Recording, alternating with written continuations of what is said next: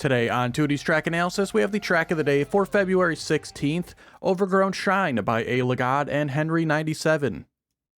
Overgrown Shine is an ice track that also has one small road section at the start, as well as a turbo boost. Additional features on the track would include a GPS, a single finish, no speed checks, and no skips or cuts. For the difficulty, I would say it is harder than an average track of the day, rating it a 6.5 out of 10. I completed the track with a time of 49.068, which is just behind the 49-second gold medal time. Overall, I didn't really like the track, and this is for a few reasons. Firstly, for me, I had terrible FPS on the track, making it hard to drive. Secondly, it seemed extremely easy to lose gearing mid-turn, which ties into the third reason, which is the track is 8 months old and was made for the previous ice physics. So while some of this is out of the creator's control, I would still give it a minus rating.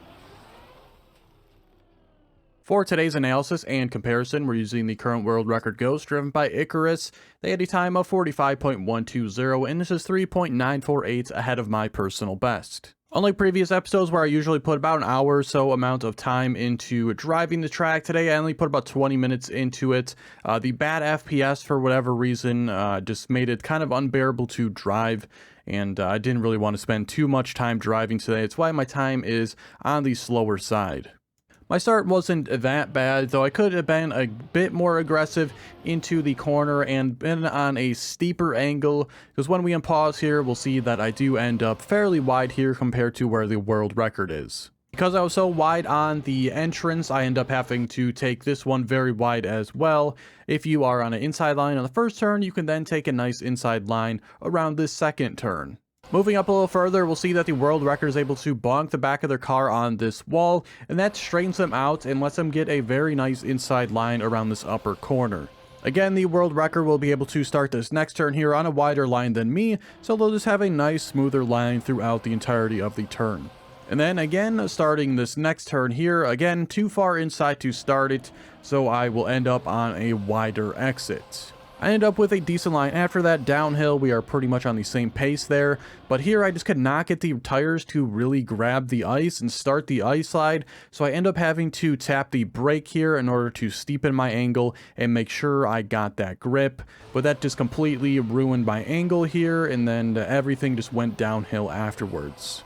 Both literally and figuratively, I suppose, because going down this hill here, I actually managed to somehow gear up into 4th gear, and then I will lose it immediately going back down to 3rd gear.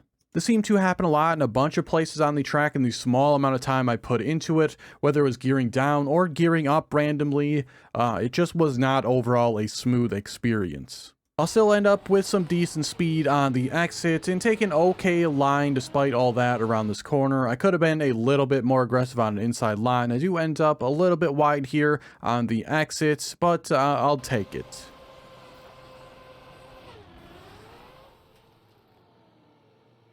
For the final thoughts today, I really don't know what I want to say. I mean, the track is 8 months old, the physics have changed. I don't know how much that has impacted the track itself, but overall, it just wasn't all that fun to play.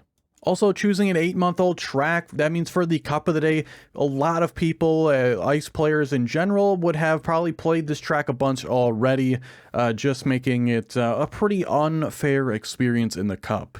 As far as the FPS issue, I don't know what that's about. At the very start, it was like 20 FPS, and then throughout the rest of the track, it was like 30 to 40 FPS. It was by no means unplayable, just unenjoyable. And the tweaker plugin for Open Planet really didn't help out at all, so it's a bit unfortunate, but I don't think I'll be spending much time on this track. That'll do it for today's analysis, though. I hope you enjoyed. If you did, be sure to like the video and subscribe. Check the description for links to my Twitch and Discord if you're interested in those, and be sure to check out all the other track analysis videos out on the channel already. Thanks so much for watching, and I'll see you guys tomorrow for the final track analysis of the week.